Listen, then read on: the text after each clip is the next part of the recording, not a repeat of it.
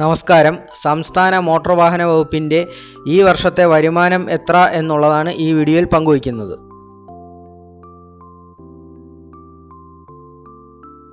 MVDയുടെ വരുമാനം പോയ വർഷത്തിൽ പുതിയ റെക്കോർഡാണ് സൃഷ്ടിച്ചിരിക്കുന്നത്. 5608 കോടി രൂപയാണ് പോയ വർഷം MVDക്ക് ലഭിച്ചത്. 2022 അത് 4753 കോടി രൂപയായിരുന്നു.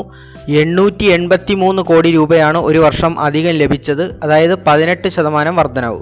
എന്നാൽ ഇവിടെ ശ്രദ്ധിക്കേണ്ട ഒരു കാര്യം, 2022 അപേക്ഷിച്ച് 2023 രജിസ്റ്റർ ചെയ്യപ്പെട്ട വാഹനങ്ങളുടെ എണ്ണം കുറവായിരുന്നു. 2023 ആകെ 7,56,911 വാഹനങ്ങളാണ് സംസ്ഥാനത്ത് രജിസ്റ്റർ ചെയ്യപ്പെട്ടത്.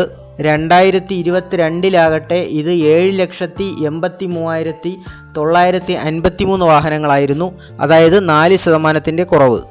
ഇതിൽ നിന്ന് തന്നെ വ്യക്തമാണ് വിവിധ സേവനങ്ങൾക്കായുള്ള നിരക്കുകളിൽ വരുത്തിയ ഭീമമായ വർധനമാണ് MVDയെ ഇങ്ങനെ ഒരു നേട്ടം കൊയ്യാൻ സഹായിച്ചത്.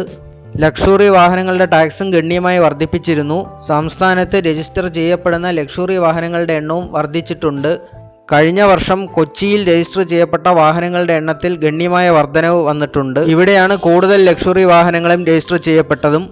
ഇതും പോരാഞ്ഞ് നിസ്സാര കാര്യങ്ങൾ ചൂണ്ടിക്കാട്ടി പിഴ ഈടാക്കുന്ന പ്രവണതയും MVD വർദ്ധിപ്പിച്ചിട്ടുണ്ട്. പിഴ തുകയും വർദ്ധിപ്പിച്ചിട്ടുണ്ട്. ഇടക്കാലത്തായി AI ക്യാമറയിൽ പതിയുന്ന നിയമലംഘനങ്ങൾക്ക് നോട്ടീസ് അയക്കുന്നത് ചില സാങ്കേതിക കാരണങ്ങളാൽ നിർത്തിവെക്കേണ്ടതായി വന്നു. ഇല്ലായിരുന്നെങ്കിൽ MVDയുടെ വരുമാനം ഇതിലും വർദ്ധിച്ചനെ. 2020 മുതൽ 2023 വരെയുള്ള MVDയുടെ വരുമാന കണക്കാണ് ഈ കാണിച്ചിരിക്കുന്നത്. 4 വർഷം കൊണ്ട് ഇവരുടെ വരുമാനം ഇരട്ടിയിലധികമാണ് വർദ്ധിച്ചിരിക്കുന്നത്. 4 വർഷം കൊണ്ട് കേരളത്തിലെ വാഹനങ്ങളുടെ എണ്ണം ഒന്നും ഇരട്ടിയായിട്ടില്ല. മുമ്പൊക്കെ ആളുകൾ പറയുമായിരുന്നു കേരളത്തിൻ്റെ പ്രധാന വരുമാനം എന്നുള്ളത് മദ്യവും ലോട്ടറിയുമാണെന്ന്. എന്നാൽ ഇപ്പോൾ MVDയും കൂടി ആ ഗണത്തിൽപ്പെടുത്താം.